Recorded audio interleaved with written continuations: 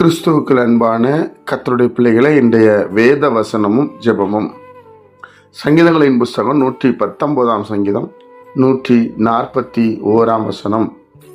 நான் சிறியவனும் அசட்டை பண்ணப்பட்டவனுமாயிருக்கிறேன், ஆனாலும் உமது கட்டளைகளை மறவேன்.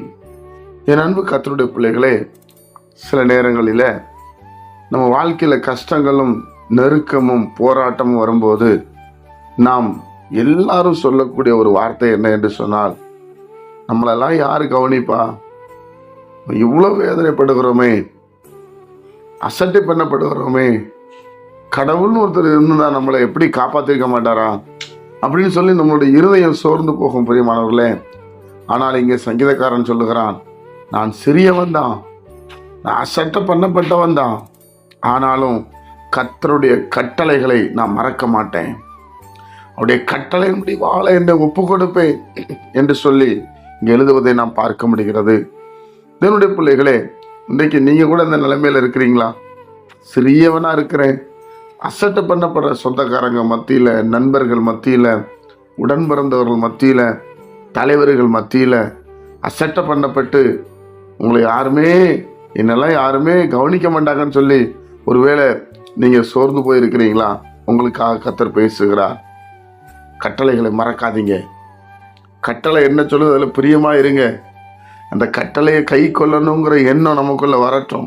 அப்படி இருந்தால் நிச்சயமாக நான் சொல்கிறேன், கர்த்தர் நமக்குன்னு வைத்திருக்கிற அந்த ஆசீர்வாதத்தை யாராலையும் தடை பண்ண முடியாது. பிரியமானவர்களே, நம்ம அசட்டை பண்ணப்படலாம், நம்ம ஒன்றுக்கு பிரயோஜனம் இல்லாதவங்க மற்றவங்களாலும் சொல்லலாம், நம்மளை பார்த்து அவங்க நம்மளை நகைக்கலாம், நம்மளை பார்த்து அவங்க ஒரு மாதிரி நம்மளை பிஹேவ் பண்ணலாம். நீங்கள் ஒன்றும் கவலைப்படாதீங்க.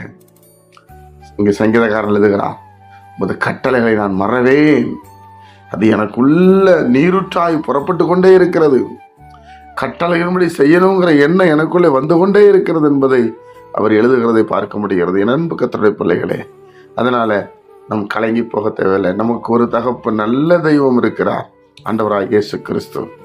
ஜெபிப்போமா?